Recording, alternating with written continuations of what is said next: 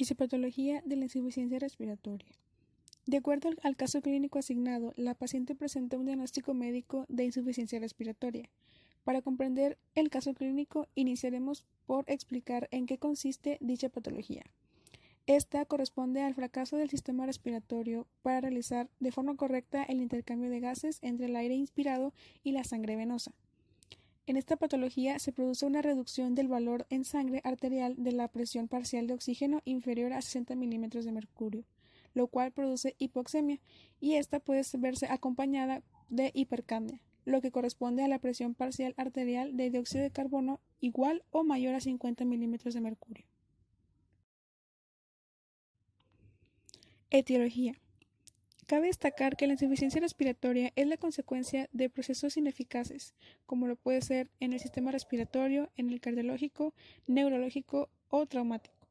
Dentro de los factores más comunes se encuentran la obstrucción difusa de la vía aérea, como el broncoespasmo, el EPOC agudizado o bronquiolitis, el infarto de miocardio e hipertensión pulmonar aguda, microtelectasias, fase precoz de procesos de ocupación de la vía aérea, como se encuentra el edema intersticial o la neumonía, y el infarto pulmonar.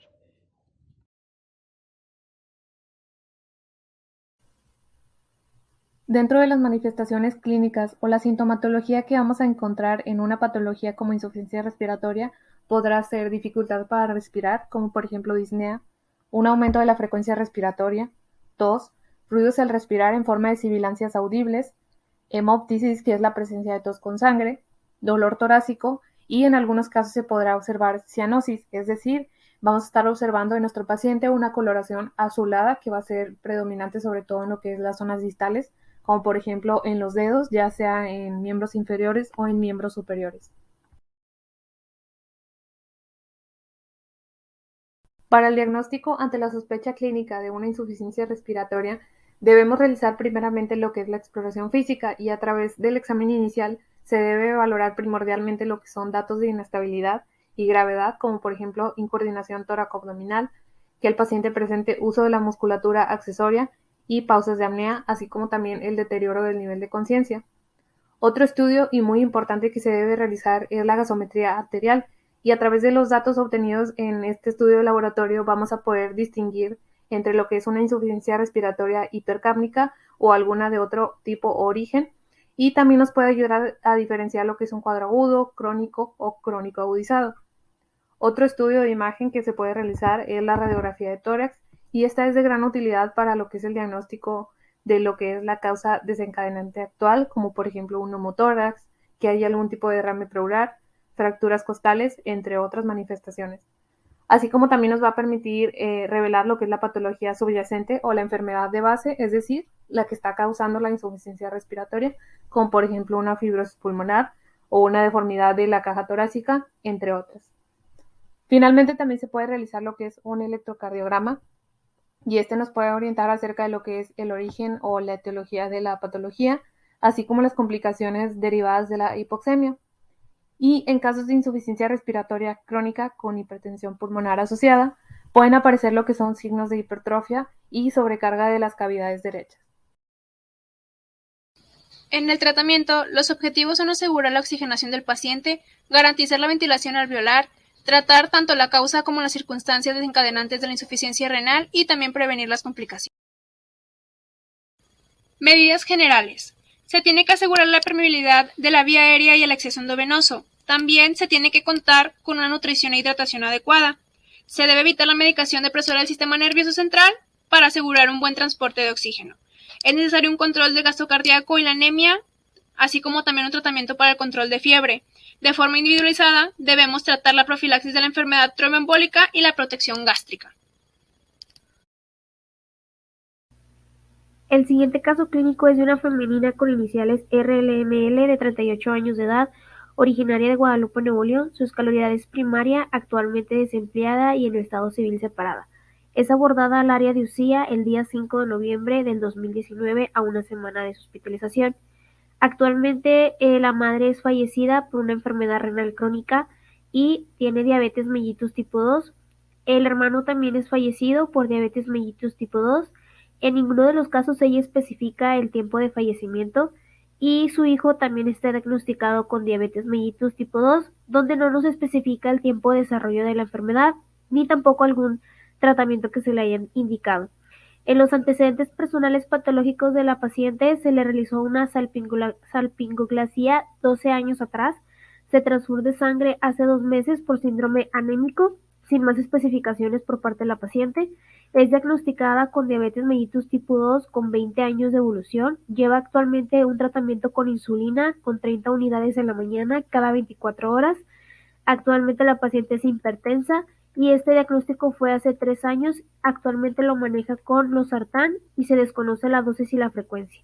En los antecedentes personales no patológicos, ella negó lo que son las alergias, su menarquía fue a los 11 años y su fecha de su última menstruación fue el 20 de octubre del 2019. Actualmente ella ha tenido 3 gestas, una cesárea, 2 partos y ningún aborto, y durante su último embarazo fue diagnosticada con diabetes mellitus gestacional. Por el momento no dio algún más dato relevante durante la entrevista. Principio y evolución y estado actual. Inicia su padecimiento 2 semanas previas a su ingreso al presentar disnea moderada, esfuerzos, lo cual va progresando a disnea de pequeños esfuerzos acompañados de edema en miembros inferiores, así como ortopenia de 2 almohadas. Una semana previa que ingresó, la paciente presenta un dolor, el número 7 en escala EVA, acompañado de disnea en reposo. Esta es de una duración de 15 minutos, agregándose sudoración profusa. El día 28 de octubre es llevada a la sala de urgencias del hospital de tercer nivel de atención, presentando un dolor en cara anteroinferior de tórax en número 10 en escala EVA, así como disnea en reposo. Edema en miembros inferiores con signos de fovea positivo. Se inicia manejo de urgencias en edema agudo de pulmón, con mejoría clínica y inducido por laboratorio en los resultados. Se decide su ingreso a medicina interna, donde se va a continuar el abordaje y el manejo del paciente. Después se le realizó un ecocardiograma donde se observa el 51% con presencia de defectos segmentarios u otras manifestaciones. Se realizó también un abordaje de enfermedad renal por la cuantificación de proteínas en su orina en su único rango nefrótico, dando lo que es el sistema renal sin alteraciones. Se interconsulta con el servicio de nefrología para una mejora para el paciente. Aún así, como quiera, se recomienda hacerle una colocación de terapia de reemplazo renal, por lo cual se decide reinstalarle una colocación de catéter Techno-Shock.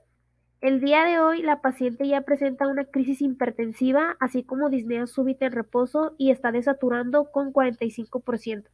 Ante su presencia tiene hipoxemia y se decide realizarle una intubación orotroquial. Actualmente se le está monitoreando con escalas neurológicas, está sedada con propofol de 50 microgramos y tiene analgesia, tiene medicamentos de buprenorfina con 155 microgramos cada 6 horas y tiene apoyo ventilatorio en PIP número 5 y FIO2 en 50%.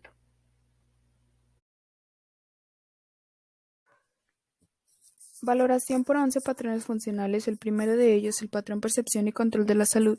No existe información acerca de sustancias tóxicas, así como del esquema de vacunación.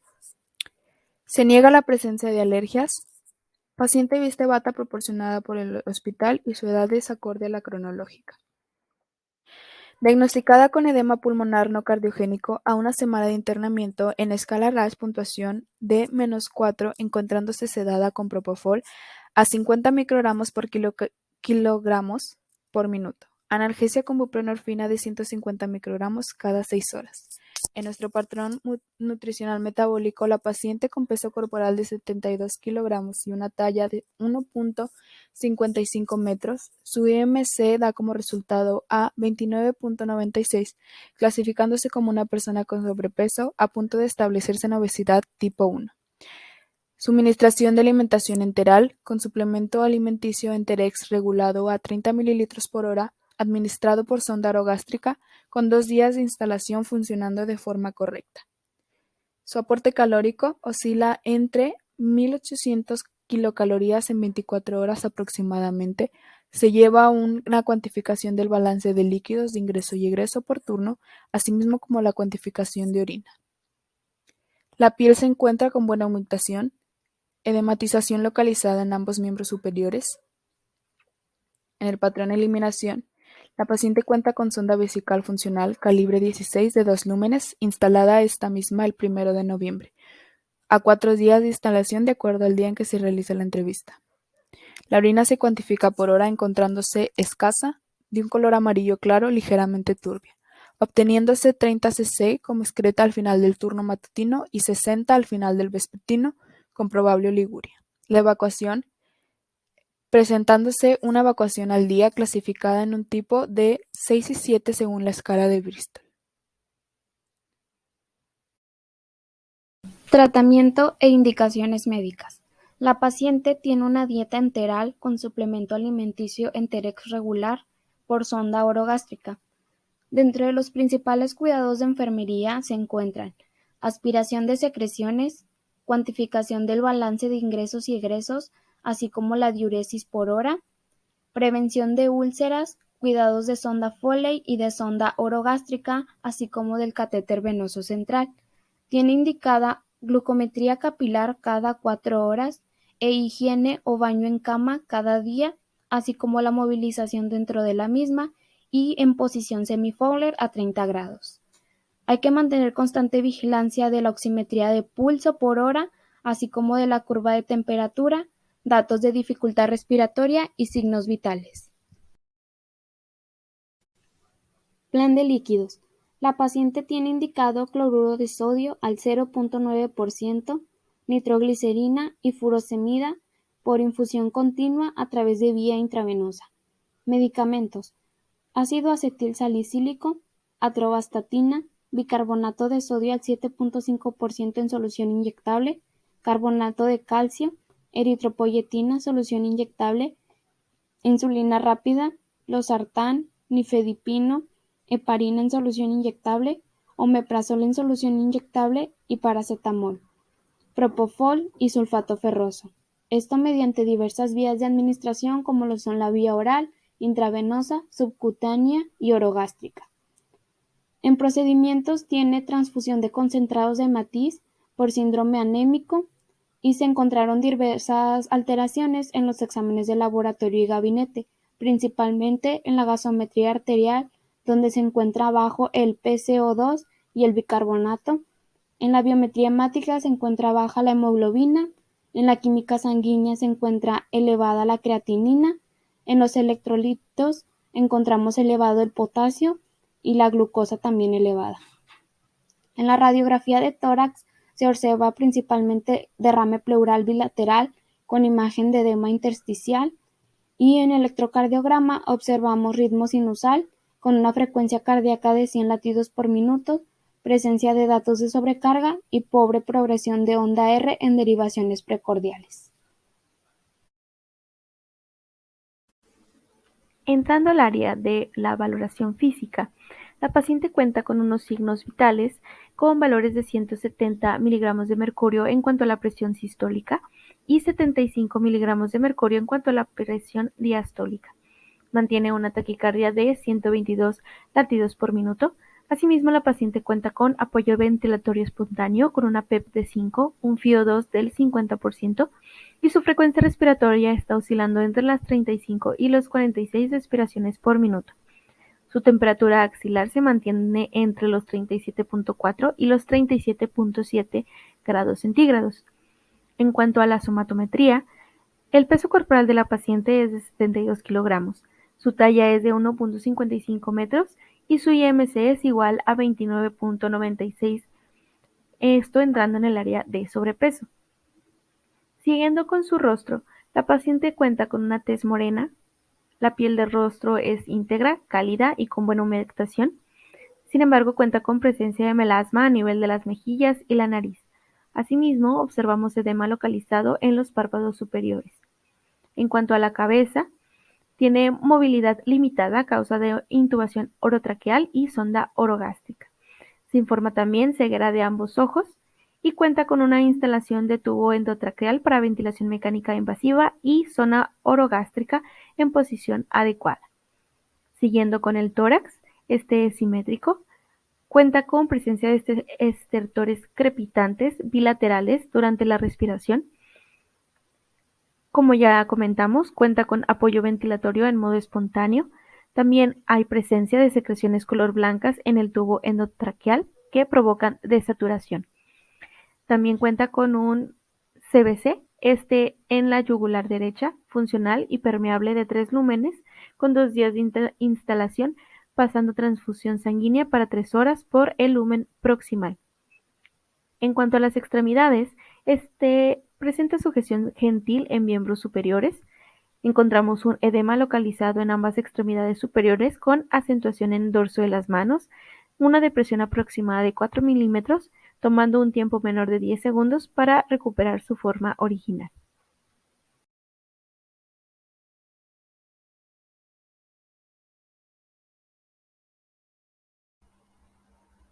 Uno de los diagnósticos seleccionados en base a la taxonomía de Nanda fue dolor agudo, el cual se define como una experiencia sensitiva y emocional desagradable ocasionada por una lesión tisular real o potencial o descrita en tales términos. En este caso se encuentra relacionada por lo que es una lesión por agentes biológicos y se encuentra manifestada por un autoinforme de intensidad con escalas estandarizadas, en este caso en base a la escala analógica visual o escala EVA, y también en relación al cambio de parámetros fisiológicos y a la presencia de diaforesis. Para continuar, se seleccionó el NOC de nivel del dolor, el cual tiene como definición intensidad del dolor referido o manifestado y se divide en 2 escalas. Primeramente, pues está la que va desde grave hasta ninguno y la segunda que se encuentra con una desviación grave del rango normal hasta sin desviación del rango normal.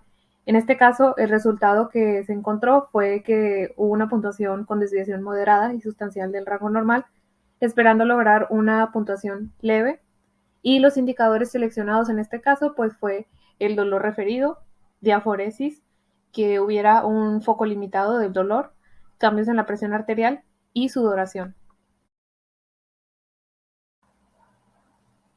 El NIC seleccionado fue el del manejo del dolor, el cual tiene como definición el alivio del dolor o disminución del dolor a nivel de tolerancia que sea aceptable para el paciente, y se manejaron un total de 5 actividades, empezando primeramente por lo que es realizar una valoración exhaustiva del dolor, y en este punto sí es muy importante tener en cuenta algunos puntos, tales como lo que es evaluar la localización del dolor, la aparición, también pues la duración o la frecuencia que puedan llegar a tener, la calidad o la intensidad o la gravedad del mismo, y también los factores que estén desencadenando o provocando este malestar en el paciente. La segunda actividad sería asegurarse que el paciente reciba los cuidados analgésicos correspondientes, esto pues con el fin de que con el paso del tiempo pues el dolor pueda ir disminuyendo. La tercera actividad sería el enseñar el uso de técnicas no farmacológicas como medida complementaria a lo que vienen siendo las técnicas farmacológicas que ya se estén implementando en el paciente. Y la cuarta actividad sería evaluar lo que es la eficacia de las medidas de alivio del dolor que se estén implementando. Y finalmente notificar al médico si las medidas no tienen éxito. Esto con la finalidad de que en dado caso de que el tratamiento no esté teniendo un efecto positivo en el paciente, pues pueda ser modificado a favor del paciente y que el dolor pueda ir disminuyendo después de un tiempo.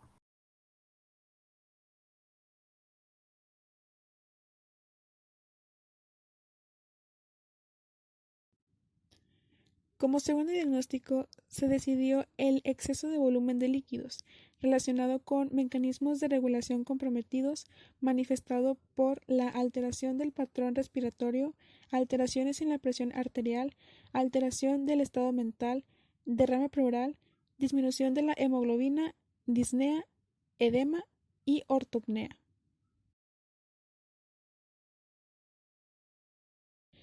El resultado NOC del anterior diagnóstico corresponde a equilibrio hídrico, con el código 0601. Se define como el equilibrio de agua en el compartimiento intra y extracelular, con los indicadores de presión arterial, entradas y salidas diarias equilibradas, peso corporal estable, electrolitos séricos, hematocrito, hipotensión, edema periférico, y la escala de medición va de gravemente comprometido a no comprometido y de grave a ninguno. Las intervenciones de enfermería seleccionadas son las siguientes: el manejo de líquido electrolitos con el código 2080 y las siguientes actividades. La primera, Monitorizar los cambios del estado respiratorio o cardíaco que indiquen la sobrecarga de líquidos o deshidratación.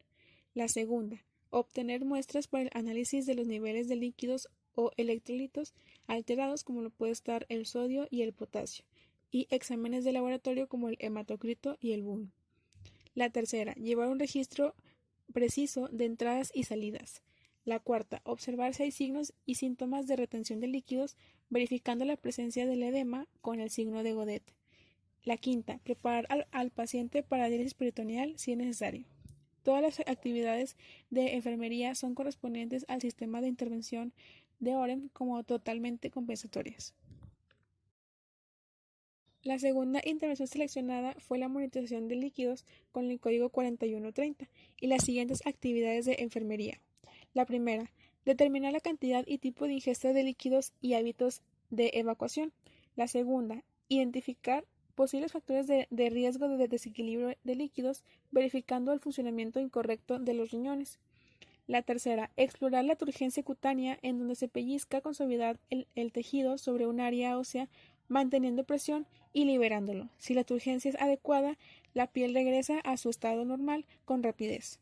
La cuarta, administrar agentes farmacológicos para aumentar la diuresis de nuestro paciente. Y la quinta, observar el color, cantidad y densidad de la orina por turno. Todas las actividades son totalmente compensatorias de acuerdo al sistema de intervenciones de OREM.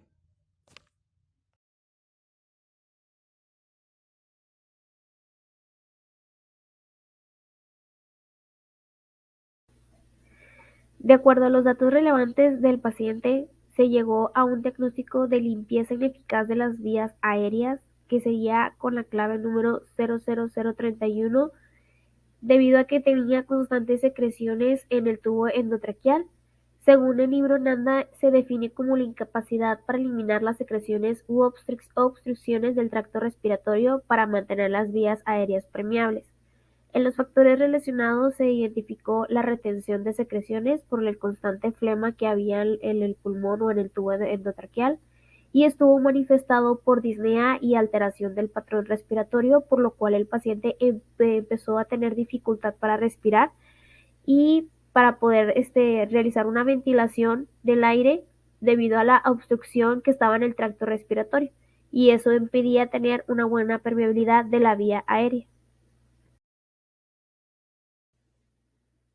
Para poder evaluar nuestro diagnóstico, se le indicó al paciente tener el estado respiratorio, que es la permeabilidad de las vías aéreas respiratorias, teniendo el número 0410. Su definición: vías traqueobronquiales abiertas, despejadas y limpias para el intercambio de aire. Actualmente se indicaron o se otorgaron los indicadores de frecuencia respiratoria, ritmo respiratorio, capacidad de eliminar secreciones, disnea en reposo, disnea de esfuerzo leve y acumulación de esputo. Y esto se evalúa por desviación de grave del rango normal, sustancial, moderado, leve y hasta sin desviación del rango normal. Se evaluó de esta manera debido a que se tiene que verificar la frecuencia respiratoria porque tenía un impedimento de el ritmo respiratorio porque estaba teniendo dificultad para respirar, la capacidad de poder eliminar las secreciones por medio de la aspiración, la disnea porque era una de las manifestaciones que tenía el paciente, y la acumulación de esputo por el constante acumulación de secreciones que se encontró al momento de la exploración física. Para poder realizar nuestras intervenciones, se otorgó en la intervención de limpieza de aspiración de las vías aéreas con la clave 3160.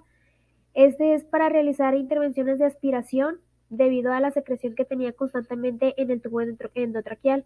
Una de las actividades que se realizaron primeramente fue el lavado de manos, debido a que vamos a estar manipulando lo que es el tubo endotraqueal, y esta es una medida muy importante, más que nada para evitar las transmisiones de gérmenes, porque puede tener una infección intrahospitalaria, y así podemos evitar pues alguna infección que sean asociadas a la atención sanitaria. En la actividad número 2 era auscultar los sonidos respiratorios antes y después de la aspiración, ya que la auscultación pues, nos ayuda a evaluar los ruidos generados que tiene la vía aérea, para que es a través del flujo del aire que ésta se va a manifestar por la frecuencia y por la amplitud determinada del paciente al momento de la exploración física. La siguiente actividad es aspirar la nasofaringe con una jeringa de tipo pera con un dispositivo de aspiración según corresponda. Se recomienda en el área de UCIA la aspiración de circuito cerrado. La aspiración de secreciones se va a realizar pues para eliminar la mucosidad que estaba impidiendo la entrada del aire de la boca del pulmón del paciente, y pues nuestro objetivo pues es disminuir la cantidad de secreciones que él tenía para que así no pasen a lo que son las paredes de la tráquea, favorezca una ventilación pulmonar y así pueda él prevenir infecciones respiratorias. La actividad número 4 era controlar y observar el color, cantidad y consistencia de la secreción. Esto es para verificar las características para descartar cualquier infección o estrategia para eliminar lo que les mencionaba anteriormente para prevenir una infección intrahospitalaria. En la actividad número 5, monitorizar el estado de oxigenación del paciente a niveles de saturación, estado neurológico, nivel de conciencia, del PIC, etc., ya que la monitorización cuidadosa de la humidificación del gas suministrado por ventilador impide las pérdidas insensibles del pulmón, y la saturación nos va a ayudar a saber si él no está teniendo alguna complicación para respirar, entre otras cosas. En la actividad número 6, determinar la necesidad de la aspiración oral y o traqueal.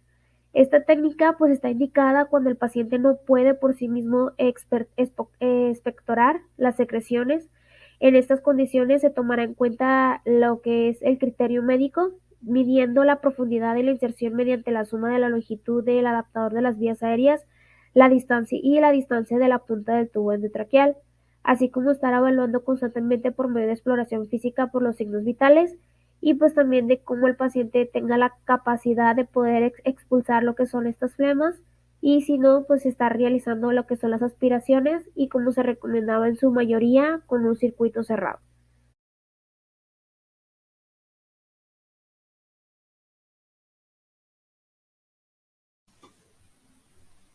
Diagnóstico 4. Con numeración 0030, deterioro del intercambio de gases, el cual se define como exceso o déficit en la oxigenación y o eliminación de dióxido de carbono en la membrana alveolo-capilar. Este está relacionado con cambios a la membrana alveolo-capilar y se encuentra manifestado por la paciente mediante la disminución del nivel del dióxido de carbono, disnea, gasometría arterial anormal, hipoxemia, patrón respiratorio anormal debido a que presenta taquipnea y taquicardia. El NOC que nos permitirá evaluar al paciente es el 0411, respuestas de la ventilación mecánica adulto, que se define como el intercambio alveolar y perfusión tisular apoyados eficazmente mediante ventilación mecánica. Los indicadores de medición empleados son frecuencia respiratoria, fracción de oxígeno inspirado satisface la demanda de oxígeno, presión parcial del dióxido de carbono en sangre arterial, saturación de oxígeno, sonidos respiratorios adventicios y secreciones respiratorias. Esta escala de medición tiene dos, que van desde desviación grave del rango normal hasta sin desviación del rango normal y de grave hasta ninguno. El resultado que se encontró en el paciente es una desviación sustancial del rango normal y moderado, esperando lograr una puntuación de desviación leve del rango y leve. El NIC implementado para nuestro diagnóstico enfermero es el manejo de la ventilación mecánica invasiva, definido como ayudar al paciente a recibir soporte artificial a través de un dispositivo insertado en la tráquea. Dentro de las actividades a realizar se encuentra consultar con otros profesionales sanitarios la selección del modo del ventilador, especificando la frecuencia respiratoria, nivel del FiO2 y volumen corriente deseado. Hay que obtener una evaluación del estado corporal basal del paciente al inicio y cambio de cada turno, ya que la vigilancia nos permite intervenir de manera oportuna de ser necesario. Asimismo, hay que asegurarse de que las alarmas del ventilador estén conectadas, ya que éstas alertan al personal sobre la existencia de problemas en el sistema paciente-ventilador. Hay que administrar los agentes paralizantes musculares, sedantes y analgésicos que estén indicados, ya que esto nos permite controlar la respuesta hormonal del paciente ante el estrés. Asimismo, hay que realizar aspiración de secreciones según corresponda, ya que éstas nos permiten retirarlas para que no interfieran con el intercambio de aire. Hay que documentar la cantidad, color y consistencia de las mismas, ya que los cambios en el esputo sugieren la presencia de infección o alteración en el estado pulmonar. Y por último, hay que documentar todas las respuestas del paciente al ventilador. Hay que observar el movimiento respiratorio, auscultar el tórax y registrar los cambios, asimismo los obtenidos en los laboratorios, como en el caso de la gasometría arterial.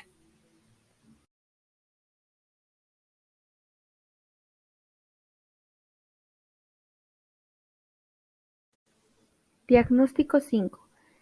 Con numeración 00047, riesgo de deterioro de la integridad cutánea, siendo su definición riesgo de alteración en la epidermis y o la dermis.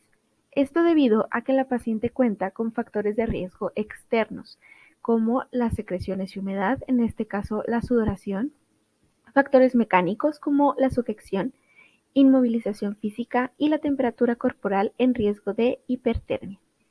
También cuenta con factores de riesgo internos, estos siendo dos.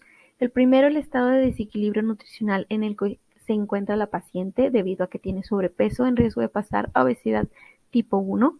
Y el deterioro de la circulación, esto debido a las patologías que cuenta de diabetes mellitus e hipertensión arterial, además del edema en extremidades.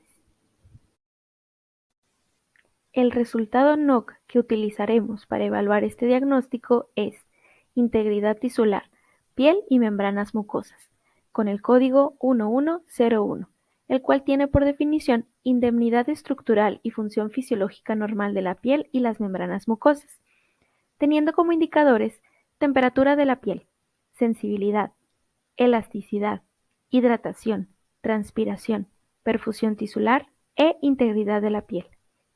Este cuenta con 2 escalas de medición, que va desde gravemente comprometido hasta no comprometido, y de grave hasta ninguno. El NIC implementado para dar respuesta a nuestro diagnóstico enfermero es prevención de úlceras por presión, con el código 3540. Este tiene por definición prevención de la formación de úlceras por presión en un individuo con alto riesgo de desarrollarlas. Dentro de las actividades a realizar, encontramos utilizar una herramienta de valoración de riesgo establecida para valorar los factores de riesgo del individuo, como por ejemplo la escala de Braden.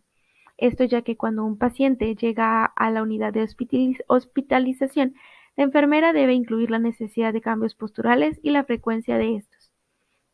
Encontramos también utilizar métodos de medición de la temperatura corporal para determinar el riesgo de úlceras por presión, ya que la verificación de temperaturas altas permiten el tratamiento oportuno. Debemos de documentar el peso y los cambios de peso, puesto que los problemas de salud y nutricionales del paciente influyen en la aparición de las úlceras por presión. Asimismo, debemos de registrar el estado de la piel durante el ingreso y luego a diario, ya que la detección oportuna y concreta de las manifestaciones clínicas permite la remisión del paciente a profesionales de la salud indicados. Debemos de también eliminar la humedad excesiva en la piel causada por la transpiración, puesto que la exposición a una humedad excesiva aumenta el riesgo de ruptura de la piel, y debemos de dar vuelta al paciente continuamente cada 1 o 2 horas según corresponda, ya que los cambios posturales en pacientes encamados son muy importantes a la hora de proporcionar confort y de prevenir la aparición de úlceras por presión. Debemos también poner el programa de cambios posturales al lado de la cama según corresponda, ya que establecer y colocar visiblemente el horario individualizado para los cambios posturales ayuda al personal de enfermería a recordar la intervención y la posición a realizar. Debemos poner especial atención en inspeccionar la piel de los puntos de presión al cambiar de posición al menos una vez al día, ya que la frecuencia de los cambios posturales se debe de basar en la valoración regular de la piel. Debemos de revisar a medida que cambiamos los datos. También debemos de ser meticulosos al evaluar los lugares de presión. Debemos de mantener la ropa de la cama limpia, seca y sin arrugas, puesto que la piel del paciente debe mantenerse limpia y seca, además de libre de irritación y maceración por la orina, las heces, el sudor o un secado incompleto. Y por último, debemos de utilizar camas y colchones especiales según corresponda, ya que estos reducen la presión sobre la herida existente y disminuyen la presión en las zonas de riesgo. Tenemos que nuestro sistema de intervenciones entra en la clasificación de totalmente compensatorio Y en nuestros resultados tenemos en la integridad tisular, piel y membranas mucosas, encontramos el rango sustancialmente comprometido. Esperamos lograr aumentar de leve a no comprometido.